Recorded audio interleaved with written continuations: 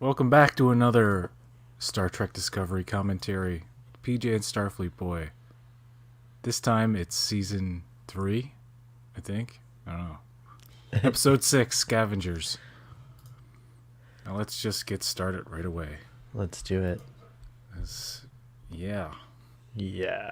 3, 2. Wait, no, wait. Sorry. I have to do this stupid thing where the commercial, the promo plays. That's Paramount Plus, people. That's Paramount That's Plus what you're Life. paying for. You're paying for ads. Yeah. It's like sitting I in a haven't movie even- theater and watching 5 ads before you see the movie. It's like, what did I pay for the ticket? And it doesn't let me skip it. Yeah, it's It's not doing like a Amazon promo for- Prime where it like just lets you skip at any time. And Is the good Netflix fight doesn't any even do good? it. That's what it's showing me.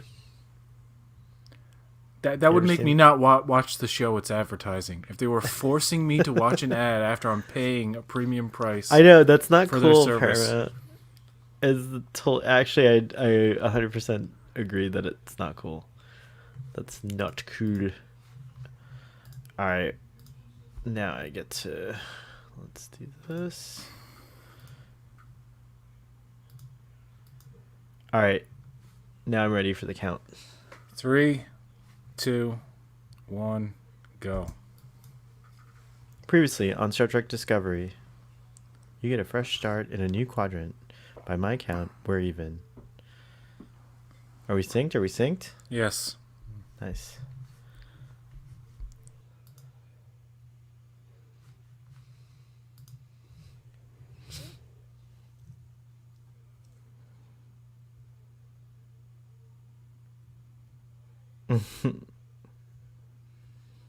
I remember we didn't. I don't know if we talked about it, but that scene of every ship exploding. I was like, "What is that? Is that like art? like, it's like our artistic interpretation of the burn? Like, what's going Yeah. on there?"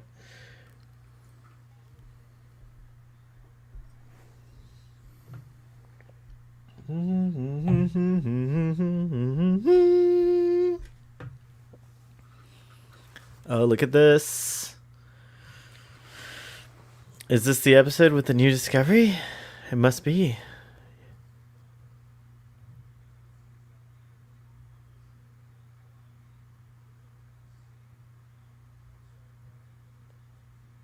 So, PJ, there was no discovery commissioned for 900 years after this discovery disappeared.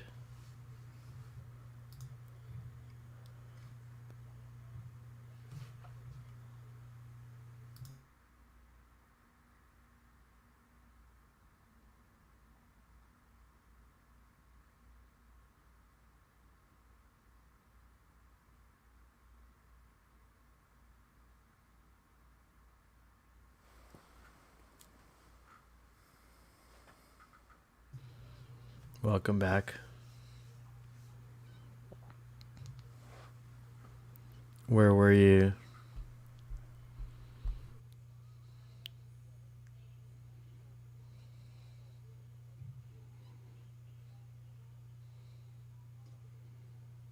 That actor seems familiar.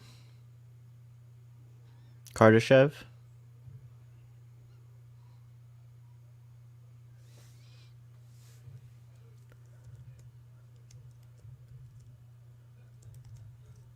Did I lose PJ?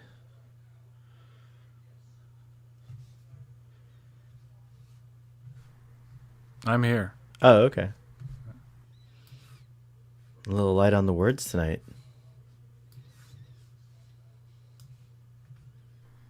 If anything interesting happens. Is this one of the ones you hated? I thought you liked this episode.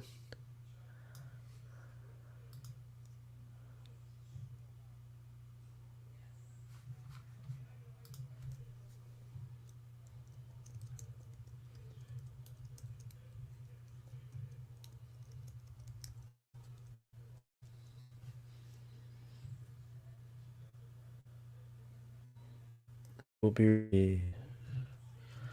That's a nice scene. Oh, they got the new badges. Badge training.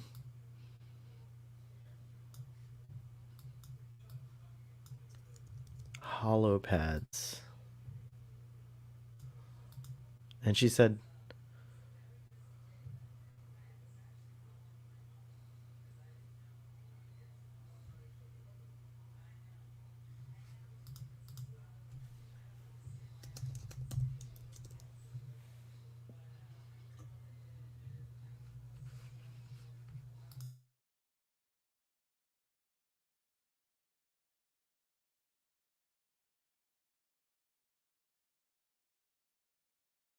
oh shit, I forgot to send the tweet. Sending it now, Blue.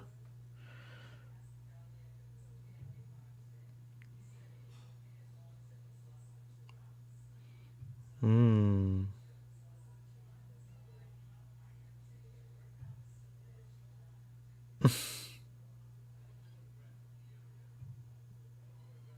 I forgot about the Linus joke.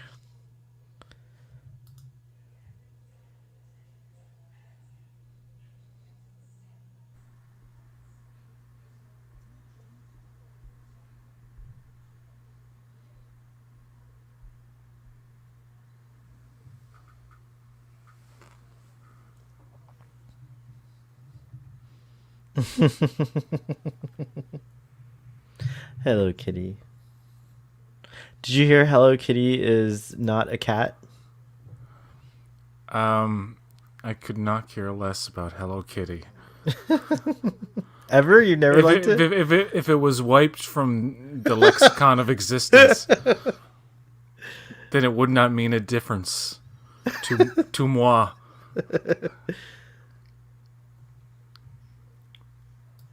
I need my memoirs.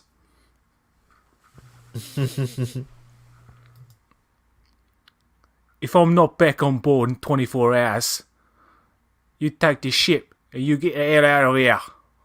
That's not what he sounds. That's Idris Elba. I know, but I Idris wish Elba's got the Cockney accent. that accent. Is that Cockney? That's funny. I don't know. You ever see Luther? Luther was one of the best shows ever produced. I heard it's good. I haven't seen it Oh, yet. it's amazing. And each episode's like an hour and a half, so it's like it really gets into it. And fuck, man, the shit that Idris Elba has to go through in that show is unreal. Just as a DCI, there are different titles over there. Like he's DCI Luther, whatever that means. DCI? Detective So Chief Inspector. criminal investigator or chief inspector. I was gonna say criminal investigator, but chief Something, investigator. maybe. Yeah. I don't know.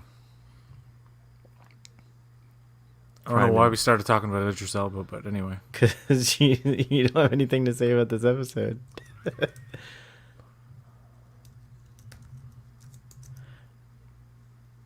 Doug Jones was in a show called Better Things, I think. Pamela Alden. She used to do the voice of Bobby from King of the Hill.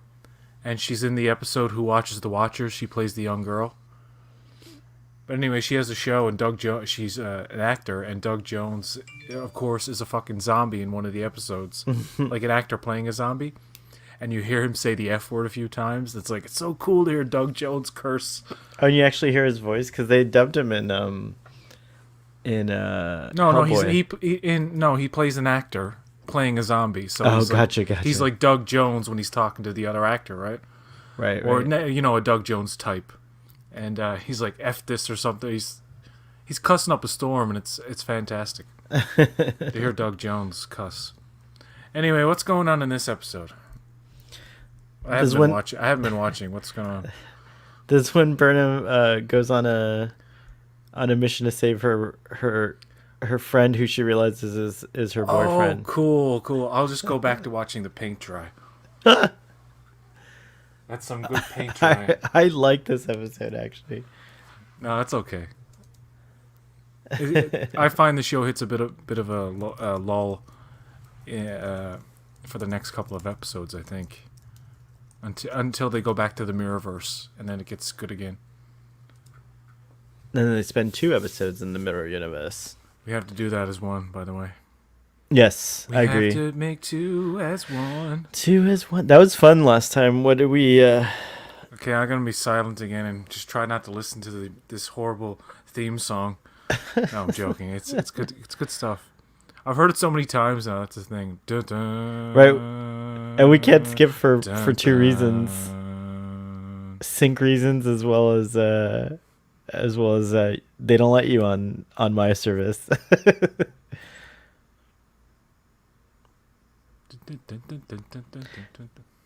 PJ, did you ever do the Enterprise song challenge? Did you ever try to sing that?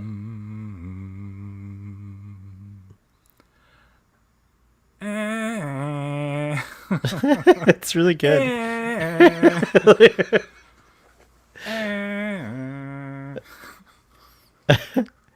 Do it all kinds of ways. You can go doo doo. That's the one I do. Ah, La I like that la. little. Ah. Yeah. Yeah, we shouldn't be in any choirs. Let's just say that. Were you in choir when you were a kid? No, but I used to act and sing. Like I used to play Elvis and stuff. I Oh used to wow, like playing Elvis when I was a kid. I played Elvis. Scrooge in a whole thing of A Christmas Carol. I'd like to see that. Is it on video? It actually is on video. Somebody has that. You need to find. I have to find my Star Trek birthday video and post that at some point whenever I find it. It's owned by the parent of a girl I went to school with named Karen. Her mother used to record all the concerts. Oh, nice. Hey, Braxton, do you want a timestamp? Everything's good. We're watching Star Trek Discovery. Scavengers. Remember when people used to bring camcorders to like concerts and stuff, and they were like TV cameras, like they used to have to put on their shoulders with the huge VHS tape that would go in it? I do remember. I had a big video camera. Camcorders were With basically VCRs with lenses that you carried around on your shoulder. Oh yeah, Star Trek is on. We're at 10 minutes 40, so almost 11 minutes. If you want to get I to like how Giorgio's messing with her hair. That's fun. Now she's all like tripping out. We never got anything with this. This is okay. This pisses me off. They did not follow through. It's another thing that they did not But follow like, through. I don't think there's Completely gonna be a Section 31 show. I don't think there's gonna be a Giorgio show. Like, are we ever gonna have that? Like, that guy? Like, are we gonna ever find out what it was anything? No, I don't think so. At least not for years.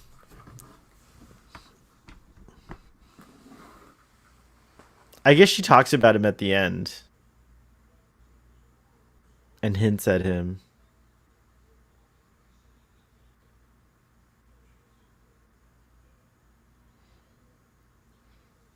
I wish we saw like an Enterprise D in the rubble, or like a Galaxy class, sorry, in the Yeah. rubble, or even like just something. Maybe even the Enterprise J. It'd be cool if the Enterprise J was there in the rubble. It's nice to have the Easter eggs and stuff, but I'm more worried about like, is the story good? And this is like a side story that really, it's meant to like ease you into the old Asira thing and her syndicate and like what they're about, I guess. And they're pretty nasty people. The only objection I have to the setting of where they go to this planet, which is the background you see here, is that it looks very modern. It doesn't look like even old school 32nd century. It looks like old school 21st century, 20th century. And it has the CG augmentation, up, here and there, but they basically just use an old rusty factory with old rusty shelves. And yes, that could certainly be there in the 32nd century in some like pre-industrial planet, but it looks too similar to Earth is what I'm trying to say. Yeah. It looks too much like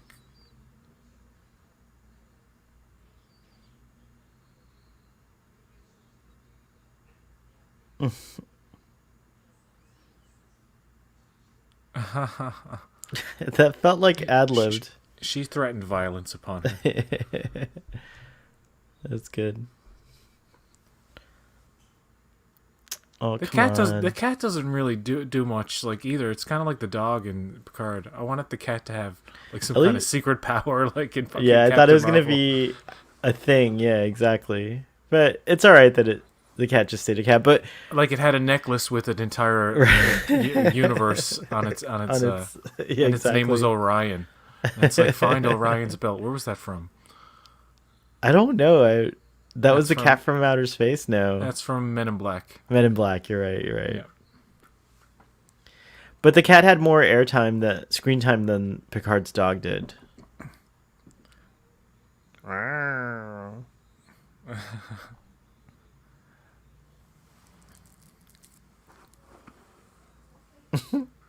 It is a cute cat. Oh, she He doesn't is a like the cute cat. cat. Come on now. Cat's not doing nothing to you, Tilly. My parents She's didn't probably like nervous the cats cat's until gonna we had a attack her in her cat. sleep. My parents didn't like cats till I got a cat. Now they love cats. Oh, my sister too. My whole family didn't like cats till I got a cat. I was so mad. That's because they have the souls of demons.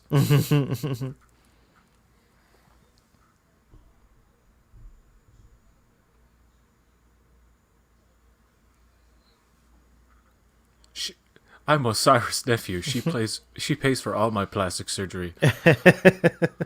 Because in season 1 we didn't look this stretched out on the face. If he wasn't a dick, he'd be kind of cute. But the thing is, his chin, his cheekbones, and his nose are all fake. And even around his neck, it's like a full face mask. It really is. And it's meant to emulate a slightly different face. Like, if you actually see these actors out of makeup, they look nothing like... You think it's, like, not that much makeup, really. But it's like, damn. For a full face mask, it's decent. Because some people can just mistake it for a person in just green makeup. Mm-hmm. But if you really look, you can tell, like, that actor's in a mask. Full mask, I mean, not just, a nose and the cheeks here and there. It's like, maybe around his eyes. But I'd even say, like, from his forehead to his wig and everything. Oh, You can tell in close-ups. You can see it's all latex. Not that I'm saying it's, like, horrible. I'm just saying, pointing out the difference between now and what they did in season 1, which I think it's not horrible, but it's distracting because around the mouth is where it fails. I feel like for a colorblind person, the green on the one on him now stands out much more than it did previously. Clint Howard, like I had to kind of look to see if he was Orion. Like I couldn't really see the green; it didn't pop out right away to me. Like everything here is like very sepia and like orangey, and he's blue as hell and blonde. It's Tilly's husband. Tilly's husband. Yeah. Husband, yeah. Noah Averbach Katz, I think his name is. The actor who plays the character Rin, is that a Bajoran? Oh, I just realized. Yeah, whoa. That's cool. I also had the little nitpick when this episode first came out is like about biological slave labor, like having humanoids do physical tasks when in the 32nd century, automation would allow any menial job of any kind. Oh yeah, they just have be robots achieved by fucking cleaning robots, garbage. holograms, anything. It's like, You know what I mean? Yeah. And by a certain time, that kind of thing would be. I guess scarcity is a huge thing in this.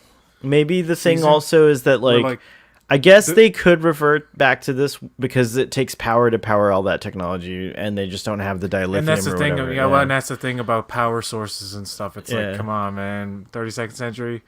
There's got to be some kind of like No, there has far to be out a there lot kind of other kinds of power sources. Yeah. options. Yeah. Yeah, I agree. There's I too like too many holes in the cheese. I like the appearance of like physical objects out of nowhere, like the guns and stuff. Like that's out cool. there enough. And This guy's a bully. My God. this is such an 80s straight to video scene with a villain. He's like, you have the device on your neck and your head will explode if you get past a certain point. There was a TV movie just like this, and I forget who starred in it, but it was like a TV movie from years ago. It was based on, it could have been a Ray Bradbury or some some kind of thing. Anyway, it's where there's a prison where they have implants in their neck, and if they go past the line, right, their head blows up. Oh, wow. They Okay. did the same thing in Running Man, a Oh, similar yeah, thing in yeah. Running Man. So it all stems back from this original thing, right? That I can't quite remember. Bye bye, Cupidoran. Oh, There you go. yeah. I think that's the very first head explosion in Star Trek. Did you hear what he said? What? I guess it does work. Dun, dun, dun, dun. I'm such a cool villain. I'm No, you're Osiris' nephew. And then she feeds him to her pet. To her pet. Yeah. Was that the first head explosion that you can think of in Star Trek? I think that was the first head explosion in Star Trek. No. Oh, Conspiracy. Conspiracy was the first and only one up until now, I think. conspiracy? Is that Voyager? Isn't that TNG Conspiracy? Oh, you're right. My bad. I'm sorry. Season 1, all the way back in season 1, they did explode the head. I remember my mother seeing that and And being being like, "Oh like- my god! Like, what the fuck?" I What was were like, you? yeah, it is pretty cool, isn't it, Mom? At the time, I thought it was like so. It was gross me out, like the bowl full of larvae that they eat, and I'm like, Oh yeah. that's like straight out Riker of does like, that a few times. He eats gawk on a Klingon ship. He's like a brave food person. yeah, he likes live food. Hence the lust for the blood of bunny corn. Even training his own child to kill sentient life. No. all sentient life.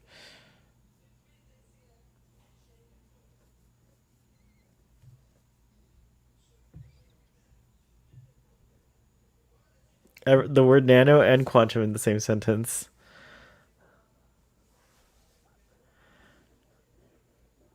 That is kind of sweet. He was before he was like being pierced by those those things. It's a quantum bio beta bell gel.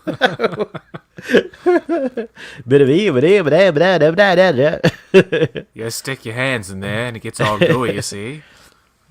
Oh, Then you earlier wipe I it was, all over your face. before I was distracted by the Bajoran guy. Noah Averbach Katz to me is like living the dream of every Star Trek fan. He's like in Star Trek as a regular. And in Star Trek as a regular.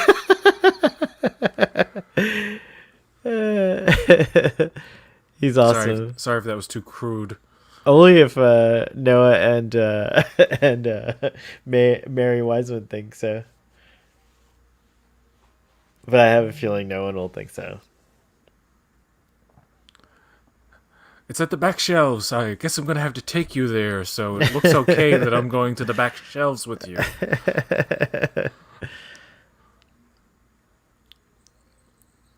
She wasn't supposed to come, but she defied orders yet again. It's understandable, though. They gave her a reason to have to defy orders. Like the writers, I mean, like she's got to save book. They spent a year together. You have to put that into context. She's not going to leave him behind. And besides, just in time to pick up Tilly's new potential husband, who doesn't have any kind of arc except to die in one episode. I know. I was so upset about that. He does have a kind of like a. He's interesting It would have enough been awesome to have an Andorian regular on the season show. I know. Like, why'd they do that? Why? Yeah. Why? You know what it would be? Tilly and her husband would work together so much and then be home together. They'd be They'd be hate it. divorced within a year. No, I'm joking. There's working couples, Desi and Lucy. Yes, but she had a lot of splaining to do. No, I was just joking. See, I didn't do the accent because you can't anymore. Yes, you can. No. I can. You can't do no Disney Arnaz, and please don't. I can. I live in Miami and I'm an honorary Cuban and he's a Cuban and I grew up around that accent. I disagree with that. If you love something, you can imitate it or I've heard white people in like on YouTube and stuff say that the thing from Godzilla, "Let Them Fight," in that accent, and I'm like, okay, I don't know, I don't know. I mean, I don't know. I just don't know anymore. It's okay. Is that okay? I like that you're trying to be considerate and sensitive, and I like that you are that way. But Thank you. about some things, some other things, you're like, it just totally say what's on your mind. What's with all this steam in this scene? It makes no logical sense. Hey, Ruben, before you go, am I allowed to do a Cuban accent? Because you're Cuban. You can give me permission. No. He says, yeah, I agree with Boat Wreck on everything. Don't get yourselves in trouble. No, Braxton, I won't get in trouble. I'm very confident that I can do that and pull it off. I'm going to do it on Starfleet Boy After Dark because it's PJ's show. I'm going to do the whole show in a Cuban accent. Oh, she said shit. I like that. I love that. My sentiments exactly. See, there are good exchanges here. I mean, this has started bloom. And at least they're exploring, Saru's feelings about, Burnham defying him at every turn. He looks pissed too. I like the acting. Like he looks perturbed / pissed. Like angry, I guess is the right word. Yeah. Yeah.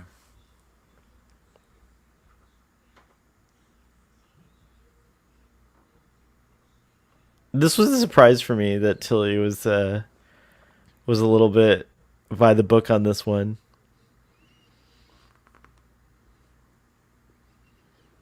Good for you, Tilly. Good for you. Burnham's a loose cannon. But in this particular instance, it's like, yeah.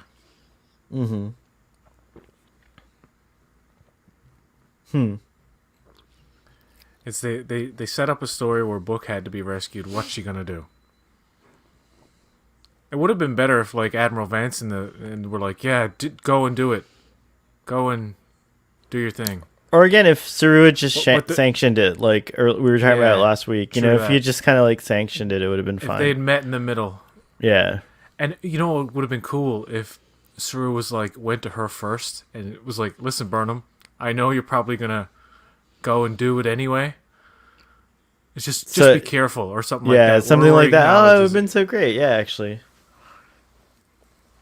But I think like that's the thing that sometimes it's perhaps easier to lean on this unnecessary or maybe perhaps loose conflict, where it's like, why are you still having this conflict? I thought you guys resolved those issues with each other in season 2. And they have an 8 or 9 year history now of that too. Yeah, they've known each other for a long ass time. Of just being like butting heads the whole time. Mm-hmm. Like I don't think they're fit to be in the same place. It seems anyway. Because they're both alphas, you know what I mean?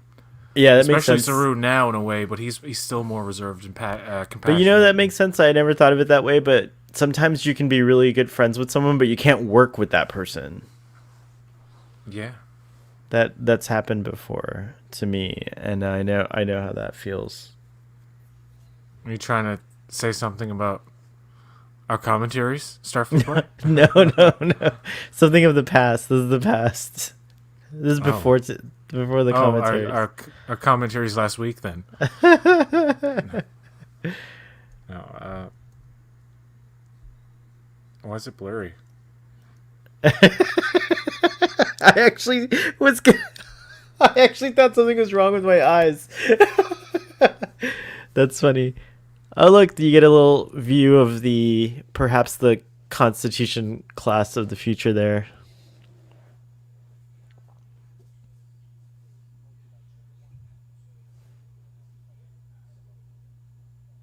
He's so mad.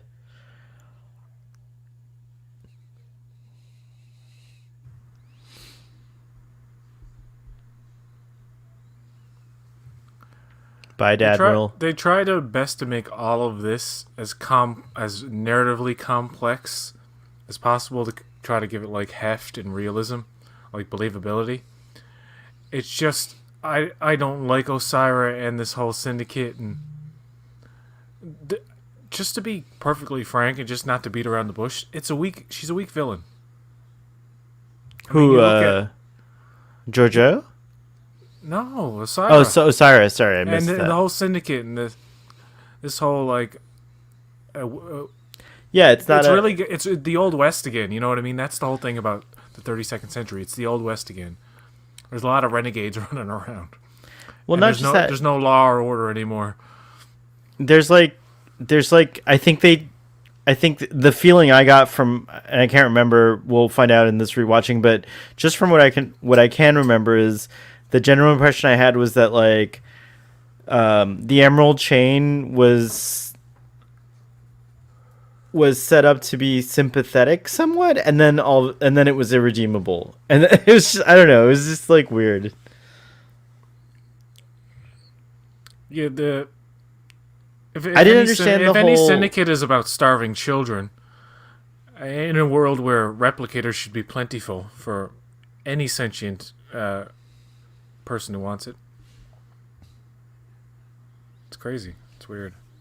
It is weird, especially the Andorians, Orions. They're, you know, they weren't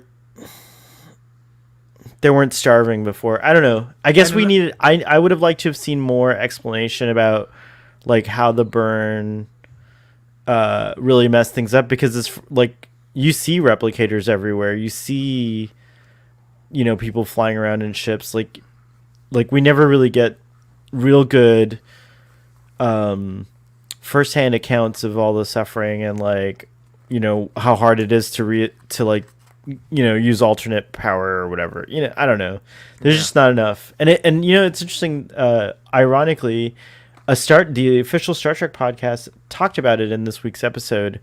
They had a guest on who's a critic, a TV critic, and she was saying that like that's the thing about Discovery is that it has to be so intentional because it only has like such a limited amount of episodes to tell the story in, that they do end up like in DS9 when you mentioned the Dominion just casually like a couple times, and you were like, why do they keep talking about this, what is the Dominion? They did it like in such a kind of, this is the example she used, they did it in kind of like a casual way, and then it doesn't show up for another season.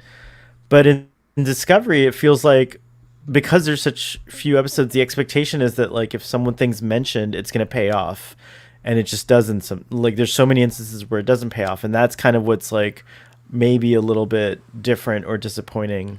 well, I don't know. I mean, the excuse of not having people being able to travel too far, like,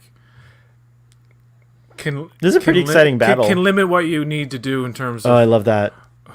who's doing what in the 32nd century. Like, we're only seeing like Andorians and like Morn species and like a Cardassian here and there, and mostly humans, but no Klingons, no this, no that. You know what I mean? So there's a whole galaxy out there that in this timeline that we're just completely unaware of, that we just can't see. And hopefully season 4 they'll start going back to the old familiar places.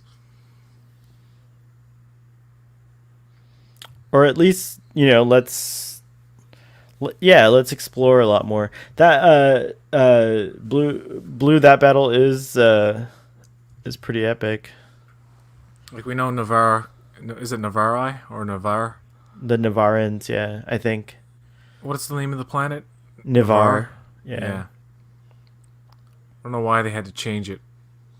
I suppose because the Romulans and Vulcans, but then again there are Remans too, so they don't show the Remans. I never noticed that other ship taking off before. And look, there's like something that looks like the Reliant a little bit. These are pretty decent visual effects for television. Oh yeah. These really look very good. What is that ship? That's the Orion ship. That's a cool looking design. I like it. How come I never noticed that other ship before? That's crazy. Poor Rin. That's what I'm saying. Like his ship should be like, you messed up. There you go. You're fixed. You know what I'm saying? Like Yeah. by this time, I would have loved if like I'm not saying I want it to happen. Like one of the main cast members like loses a hand or something. Oh no, and it should regrow. They should be able to regrow them like nothing. You're Like no, I nothing. Yeah. 100% agree that there should have been wilder, like more imaginative technology. I think it would be very expensive though and CG heavy. Now with the AR wall, we'll see what happens because you can do some crazy shit.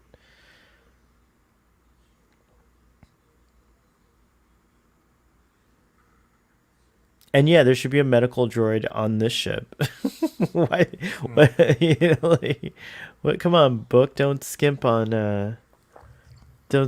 the amenities there.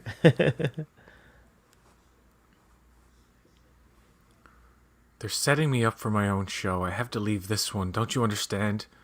Are we Don't you really gonna get a Section understand? 31 show? I'm getting like I'm starting to think it's like the Boy Who Cried Section 31.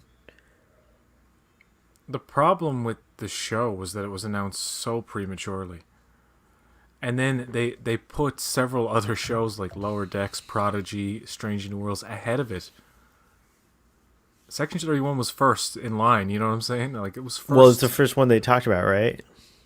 But it was the first one they seriously considered as a spin-off for Discovery, and then they were like sideline that for Strange New Worlds. And then at the same time Kurtzman was like saying yes to Mike McMahon for Lower Decks and getting that made, and then same thing with Prodigy. So it's like I don't know why it is being delayed, and it could have been like in pre-production by now if it wasn't for certain events. Hmm. But who knows in the next year or so if still nothing is happening on it. I wouldn't even give it a second thought. But I think it's something that they're still considering because they like Michelle Yeoh. I love her They want to too. have a show led by her, but they Yeah, want to that's do it true. right. I think they want to treat I don't think Section she would be the 31 lead on any properly. show. I think she's got such a huge career that she would be like kind of like the figurehead of the show, but not in every episode. I was No, the thinking intention was her to be the for her to be lead. the lead. Yeah, Wow. I just couldn't understand how they do it, but that'd be great. and you know what I was thinking with Loki coming out in just a few hours. Mm-hmm. Uh, People had speculated it could be a show where she jumps around in time and dimension to solve That's cases. true. She could be like a temporal agent or something, like for Section 31, doing the nitty gritty, dirty work of like stopping somebody who wanted to mess up a timeline. It would be cool to have like a real kind of time cop like show. I am the time cop. I do the splits on the counter. Don't mess with me. I'm the muscles from Brussels. How come you can do that accent, PJ? Why are you allowed to do the Brussels Because it is accent? French. I'm Oh, allowed to do French accent. French. Oh, okay, okay. Je call Vadem, eh? I was high on coke the whole time I filmed Street Fighter. He was. He was right. That's right. I'm going to kick your ass, Bison, to the ground. And you're going to go down. See, that's like a mix of like whatever. His accent is weird because he was mostly on coke during some of those films, and that's a fact. He admits it. Yeah, I know. yeah. He's talked about it. In fact, the best Jean-Claude Van Damme performance is a movie where he plays himself called JCVD. It's a French film, subtitled, and he does like this monologue in the middle of the movie, breaks the fourth wall, and it's some of the best stuff you'll ever see, Mm. acting wise. He talks about his actual life and regrets and all this stuff. It's crazy. Oh, I got to see it. JCVD. Mm-hmm. That's his nickname too now. Or he owns that hashtag too. Mm. Blue says I have zero interest in a Section 31 show. What about you guys? I have zero interest right now, but if I got a little bit more hype about it with like something production information, material, casting, showrunner, then maybe I'd get more hype about it. But right now I'm like, I'm a little What if they- disappointed that What it's if they not. went crazy and cast Steven Seagal and with Giorgio as the sidekick? With Steven I mean, with Steven Seagal as Giorgio's sidekick. I mean, it would help Steven Seagal out, or he's retired now. I don't think he wants to work. It's like, It's like, where shall we go next, Your Majesty? She's like, please don't call me that. Please don't call me Your Majesty. Okay, Your Highness.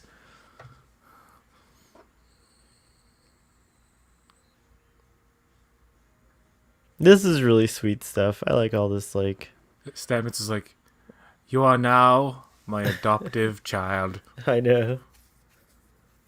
Me and my recently dead husband will raise you as our own. My recently dead husband, who came back to life. My Jesus husband. So they all have complicated stories. These people, They really do.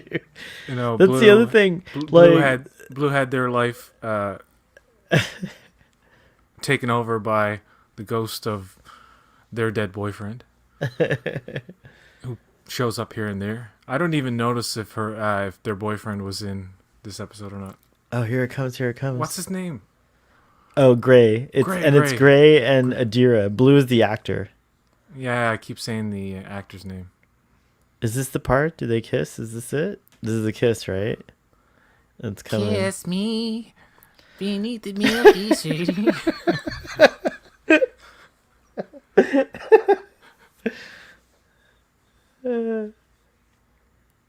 Love lift us up where we belong. Where Serena's fly. No, that's The eagles fly on I know. Oh, there's that thing. Ugh. They can get rid of that scar. Yeah, for sure. He could just do his lighty thing and make it go away.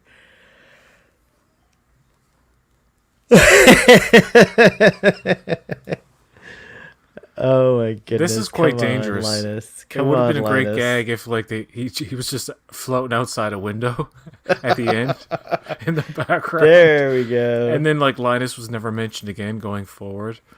Like nobody ever talked about the horrible Linus transporter accident. This is the part of acting that I couldn't do if I was in a relationship. I can't kiss another man if I'm in a relationship with a man. I'd have to be single as an actor. No, I could do it. I can do it. You have to train yourself. You have to kiss a lot of people. I could never act, period. I've tried it. I've tried auditioning and stuff when I was a kid. I'm like, oh god, I can't do that. I took a drama class in high school. It was actually really fun.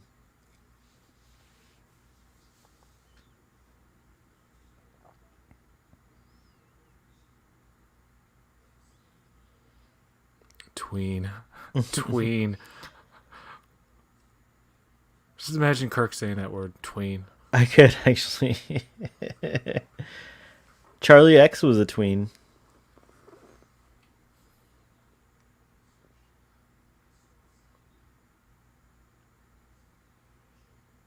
When they use phrases from today in Star Trek, it's actually accurate from the perspective of how like sometimes we'll use the word jamoke or something like that. You know what I mean? They might be. Let's not get in the racial talk now.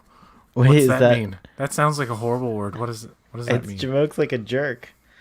Oh, They use it in hold on, now I have to look it up to make sure, but I'm pretty sure they use it in Star Trek: The Next Generation. my woke sensors went up. Kiss. Let's see. No, It's an inept person. That scene between two of them is what they would clip and use in a unintentional ASMR video from TV shows. It's true. They do that. They take clips of TV shows or movies of like dull, boring scenes of people talking or just doing medial things. And it's effective. It's effective. Cool. They string them together. There's one scene of Daniel Day-Lewis in a movie called The Phantom Thread. And he's just sewing a dress and doing measurements for a dress. And somehow it's so boring. You're just like, oh my God. But it's good kind of boring, you know what I mean? Like the kind of boring where it just like makes you tired. That is nice feeling about ASMR. Do you know Cillian Murphy from Peaky Blinders and It's you know, silly Killian Murphy. Killian Martin. Yeah. Yeah. He does he reads like comic books. Like Oh yeah. it was the only he was on a talk show talking about it's the only employment he had during the thing During the pandemic. that shall not be mentioned. God damn it! Now I'm never gonna get to monetize this video. All the thousands of views for naught.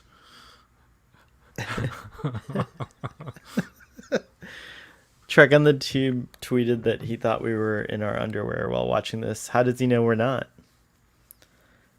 I don't wear anything while I'm doing this. No one will ever know. I'm not really here. I'm actually floating because I have the power of flight. And I don't like sitting or standing, so I just float. Oh my god, that sounds so amazing. Oh, what just happened? He demoted her? No, Saru's about to demote her. and Burnham's like, it's okay, you're allowed, it's okay, I'm good. And she doesn't even give him the satisfaction. That's not how I read it, but yes, she does something similar to that. She's just so smug. No, I'm not. I'm joking. She's not smug. It's just. Is she? Wait, I want to read it now. I have to pay attention. This drama, it's at the time like it was cool to see where all this was gonna go, but knowing what happens in the end, it's like, oh, this is just. It's build up for it. I understand. It's all leading somewhere, but I just don't care.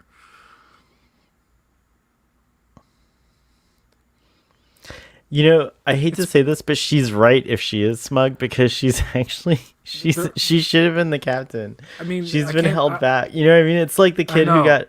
You know what I mean? Like she's been held back. I can't argue that they're not writing it properly. Like right. People say, like writing and all this, complain about writing. Yeah. It's more about story, overall story with me. And although like the dialogue is much better in this season overall, like when people speak to each other, it actually feels a bit more natural. Mm-hmm. Not that it didn't really before, but I always had problems with certain characters like Giorgio, and like sometimes like these ancillary characters like Linus and Bryce and Nielsen. When they talk, they don't feel real. It feels like we got to give him a line every now and again. We got to give him something to do. And it's like, why not just focus on some of the lower characters? And I know they have so many episodes to tell a story, but they could start thinking of bottle episodes. Oh, here's the scene you were talking about. Part you're doing where the it's right like, thing. Saru, you're doing the right thing, and he should have turned around and said, "Yeah, that is I know, Burnham. I know I'm doing. You don't have to tell me." Oh God, Saru, why? You and your damn empathy.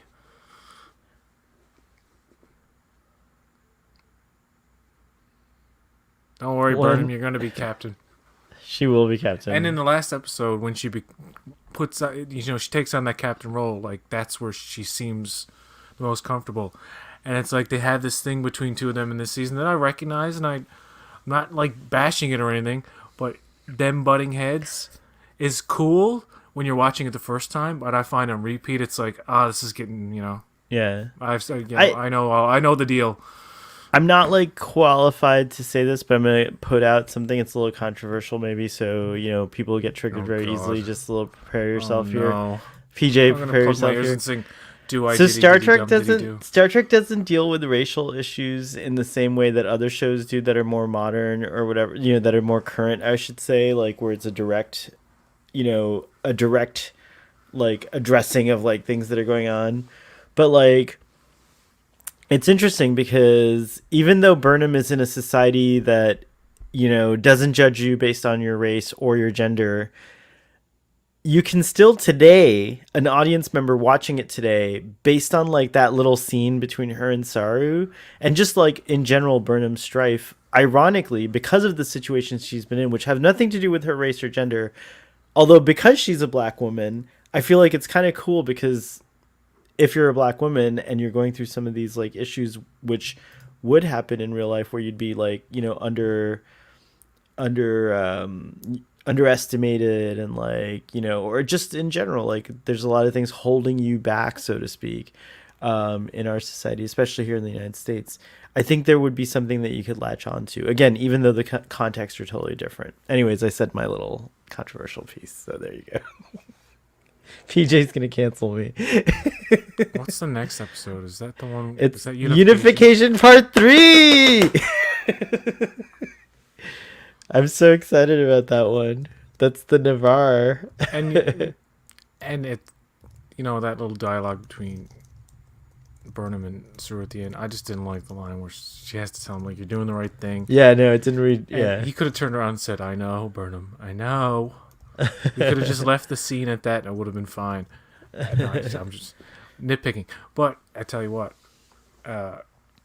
it's show. I'm watching it on repeat. It's every season has its good and its bad, and I can't rank anymore the seasons in my mind because I'll think of like the good stuff about Lorca in season 1 that I liked, or then the good stuff about Pike and certain aspects of that season. And then this season you got Book, and you got the whole Federation in the 32nd century.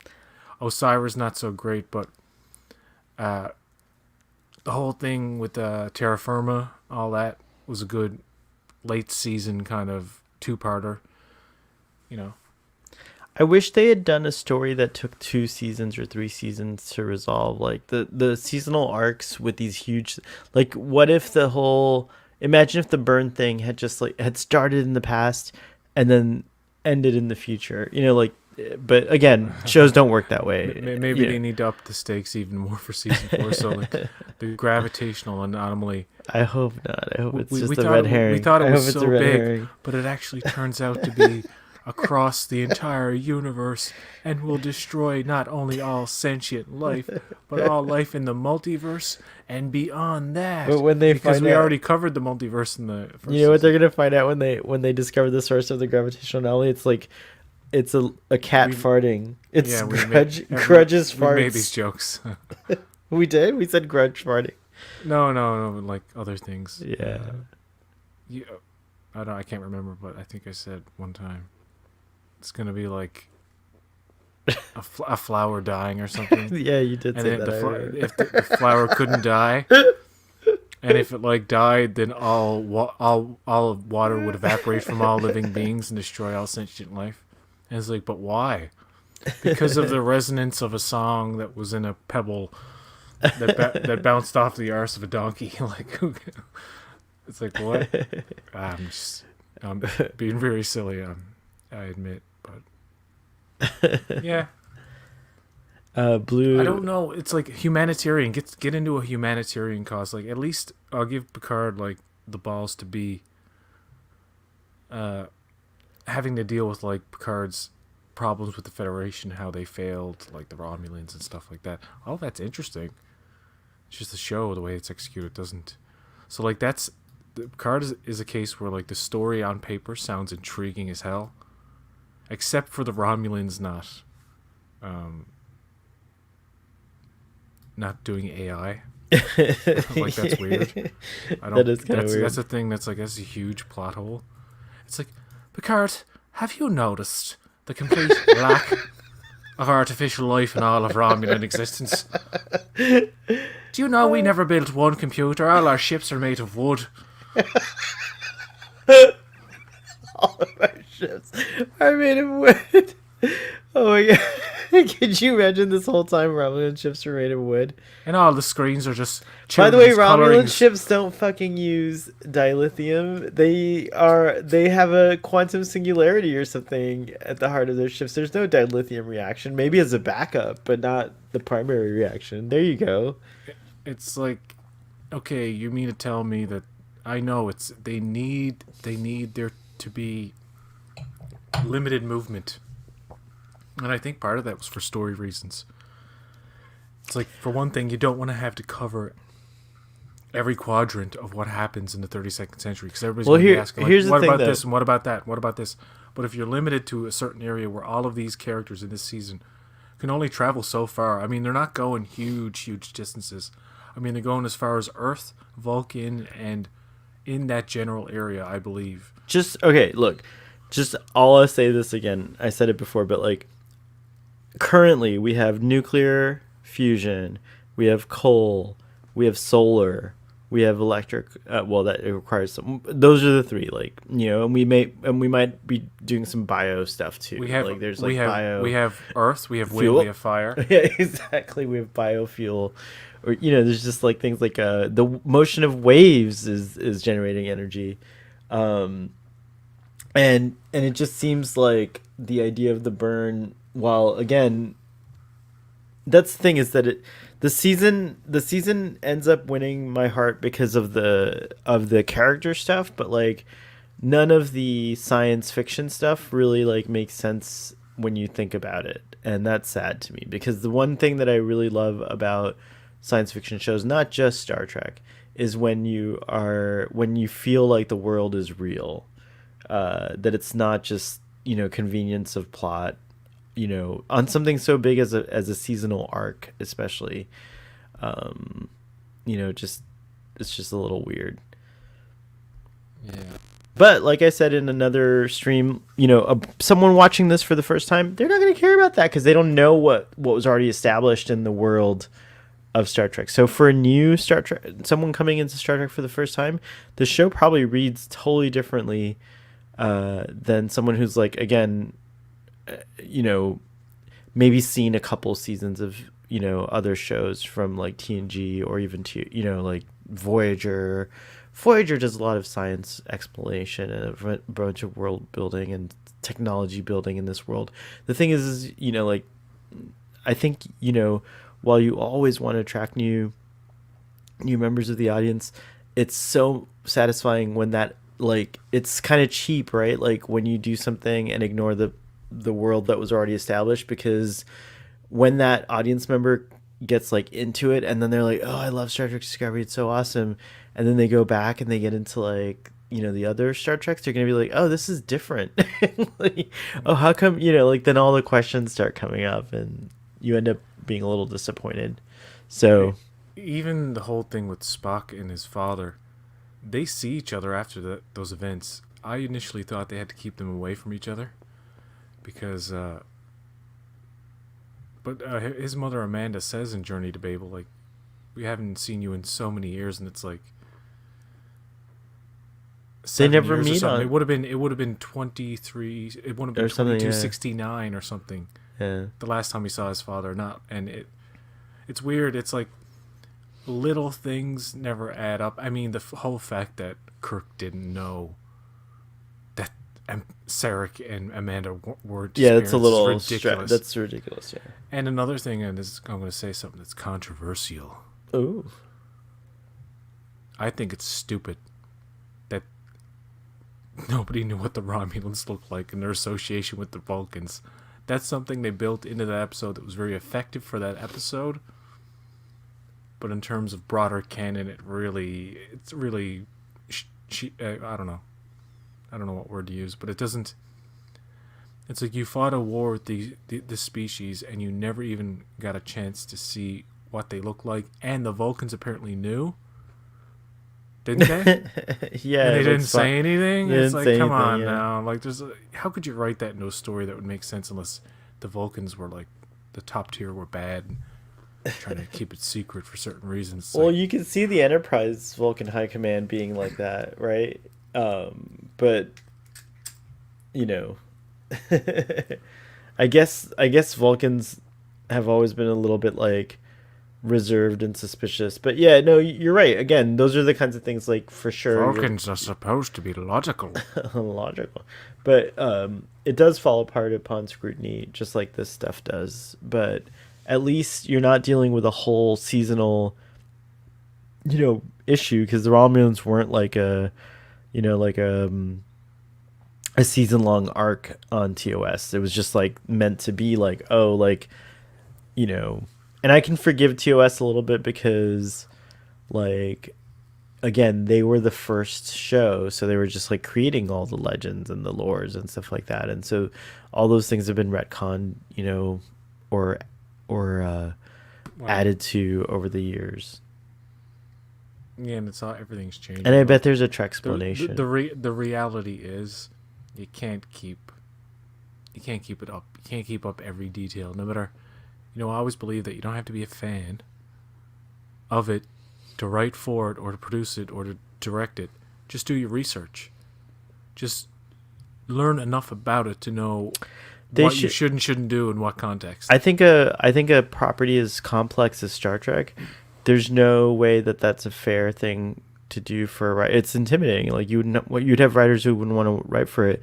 But if you had a story group like they do over at Lucasfilm, led by Pablo Hidalgo, well, actually he's the creative director now, I think. But if you had a story group like an in-house bunch of nerds that all they did was obsess over Star Trek continuity and lore, and all they would be is advisory, right? Like you just run it by. You could just walk over, have a latte with one of these like story group nerds who know everything, and you could just be like, "This is the idea I have. What do you see that I could do? Those kinds of things." But that's not this. That doesn't seem like the environment that's going on in the older shows. You had Gene Roddenberry, you had like the Michael Okudas and stuff like that. I don't doubt that there's people like that on Star Trek today, but again, they were still in this like frontier land in a sense, whereas TNG, a lot of what TNG does is they avoid the TOS altogether. Like you have like McCoy, of course, you have like Scotty, you have Spock, but there's really no, like, think about it, they don't have Andorians on the show. There's no Orions on TNG. There's no Tellarites on TNG. They have the Vulcans, but like rarely. Like they kind of just did their own thing. They were like the next generation. Yeah, exactly. And they did it. They pulled it off. Like, so that's the thing. But Discovery's like steeped in, it took place in TOS times. Like, I think it should have started from the future. I'm not complaining in the sense of like, oh, I'm never gonna watch the show. I do enjoy it, but I do definitely think there are ways that it could have been done that are better. I want a show where Hilary Swank is the captain of the new Enterprise, post Picard, and it's called Star Trek: The Next Karate Kid. Star Trek: The Next Karate Kid. And Picard comes and teaches her how to wax on and wax off. Wax off. PJ Blue is asking if we're gonna do the next one. I don't know. I mean, I'm down, but I don't know if you have the time.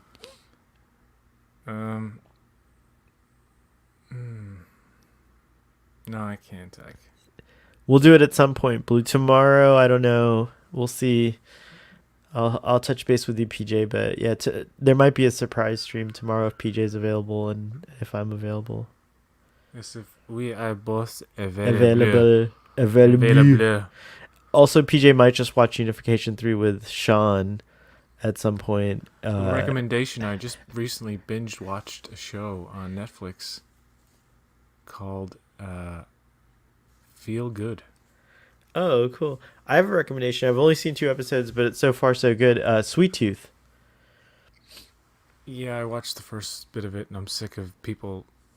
That's not for me right now. Comedies about people dying. It's a comedy? Yeah, it's a weird mutation. It's a quirky show, isn't it? It's quirky, but I don't see it as a animal comedy. mutations and stuff. It's serious, Yeah. but it's like it's not serious at the same time. I find it's that kind of you find it funny. sensational horror, I guess, which is good if I was on the mood for it. But I'm liking human stories and stuff, like almost like depressing people. Like this show, Feel Good. It's about this Canadian comedian in the UK, and she has all kinds of problems. Anyway, and she's dating a girl who is pretending that she is a boy to her friends because she doesn't want her friends to know that she's a lesbian. And the main character, played by May, God damn it, how did I forget her name already? Well, actually, the actor is non-binary, so the actor is they, but the character is she. It's a semi-autobiographical Nice. show, and there's only 2 seasons. And, Well, I'm it's happy really good. to. Lisa Kudrow plays her mother, and it's one of the best things I've ever seen Lisa Kudrow ever do is play her mother in the show. It's fucking hilarious. Her mother's love like Lisa very Kudrow. neurotic, kind of like I just recently saw the reunion of Friends. It was fun to watch Mae and kind Martin. of sad. Mae Martin. Do you know who that is? No, I don't think so. I'd have to look her up. I never heard of her until like 2 days ago. Lisa Kudrow was on Conan or something. I was watching something that was like. What I like about like the show Sweet Tooth is that guy who's in everything that he's always playing like a Will supporting. Forte? No, is it? Let me look him up. Nonso Anozi. I guess you haven't met him yet. Never mind. You said you saw a few But minutes. isn't of it a violent, gross TV show? I don't think it's very gross. It might have a little violence, but what is it rated? Let me see. I'm only ever allowed to watch PG stuff. It's TV 14. No, I actually did watch some of it today, but I turned So- it off. I was like, I want human stories. Human stories, okay? Give me some human stories. There's humans in it. I don't want half human, half animal stories. James Brolin is the narrator. Yeah, that's kind of. I picked that up right away. I'm like, oh, it's Thanos. Yeah. I watched half of Woman. No, in the Window. Thanos is Matt Dillon, isn't it? No, Thanos is Wait, Thanos is James Brolin? yeah. All this time. Wow, you didn't know that? That's crazy. I thought it was Matt.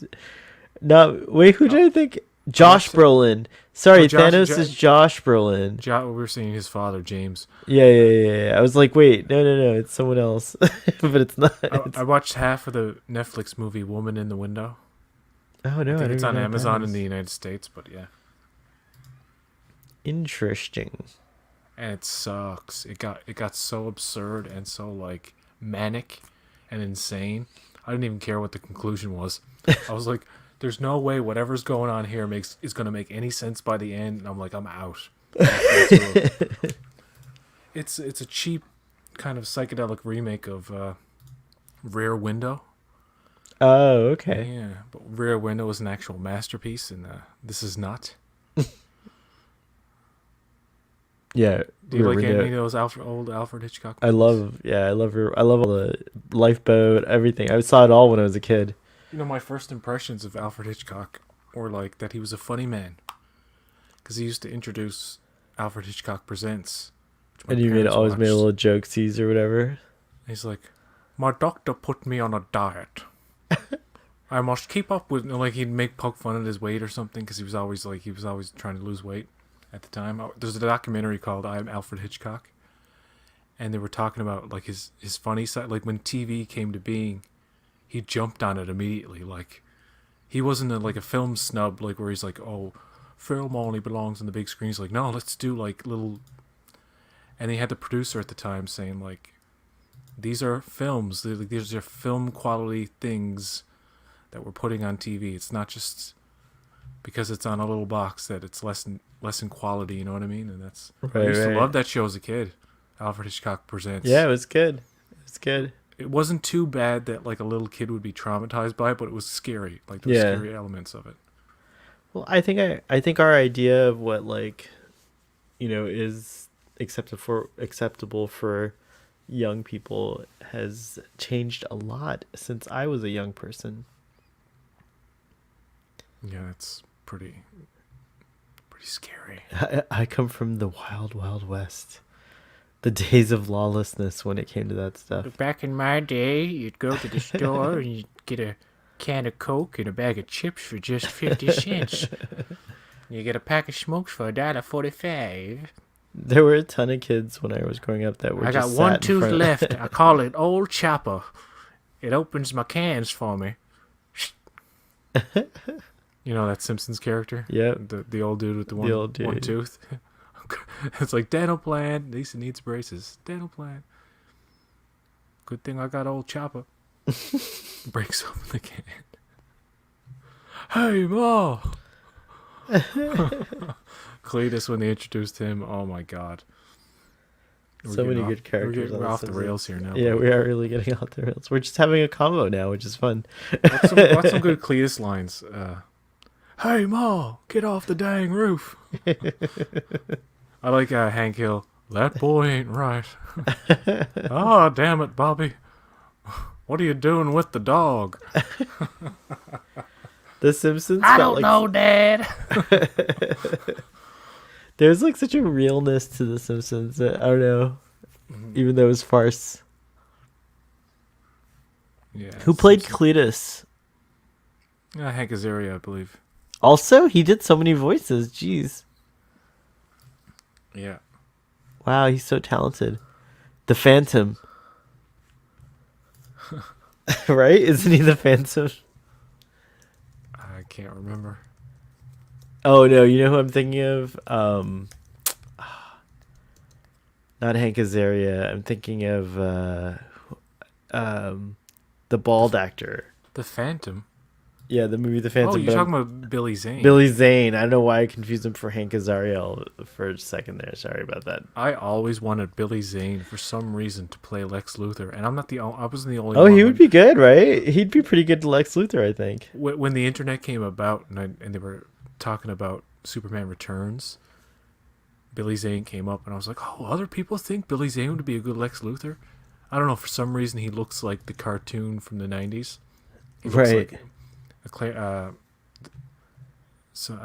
I forget who voices him. The villain from Highlander voices him in the cartoon. Oh, Clancy Brown. Yeah. But Billy Zane looked like him, so I was like, because I used to watch Batman and Superman back in the day growing up, and in like the mid 2000s, the mid aughts, they were like, Superman Returns is coming. I was like, oh my god, they should cast. They should have cast Billy Zane. It'd be less. They wouldn't regret it today. Here's the thing, and to bring up a controversial figure, I'm not going to get too much into him, but Kevin Spacey had a cameo in Goldmember.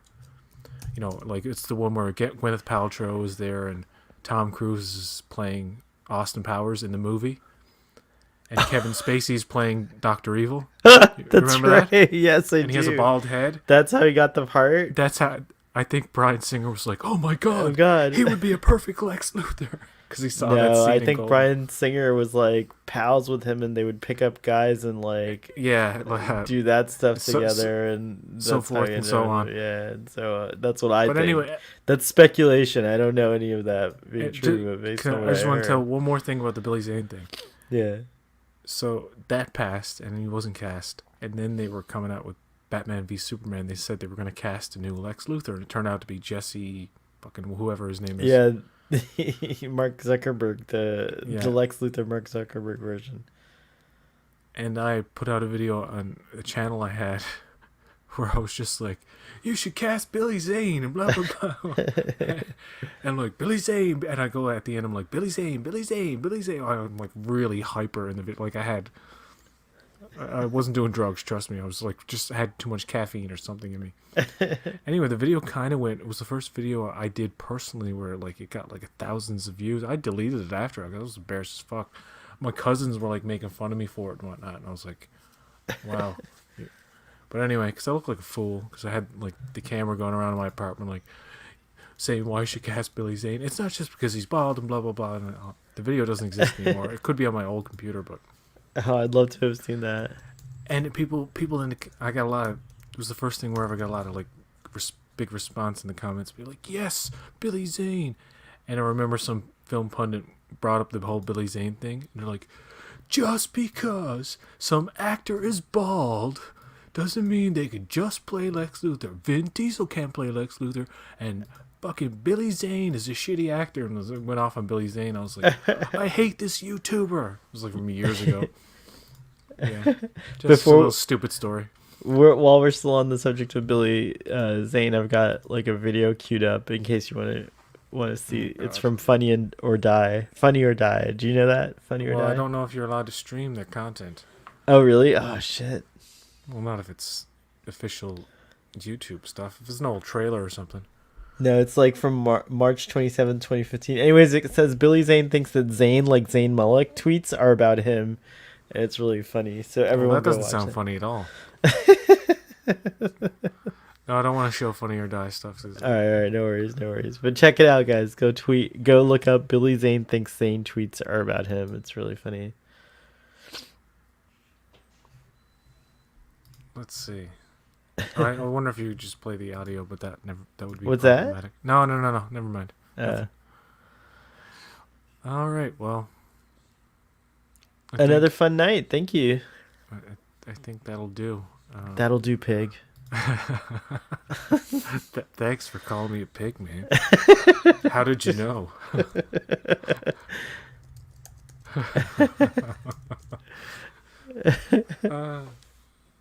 It's the giddy kind of end of a thing where you're really tired, Yeah.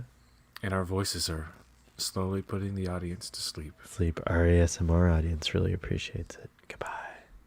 All right. See ya. Oh wait, I gotta cue up my little sing-songy video. Boom. It goes, Oh shit! I gotta send you materials. I can't find them. All right. That's okay. I don't want to do anything with them. All right, fine. I'm joking. It's fine. All right.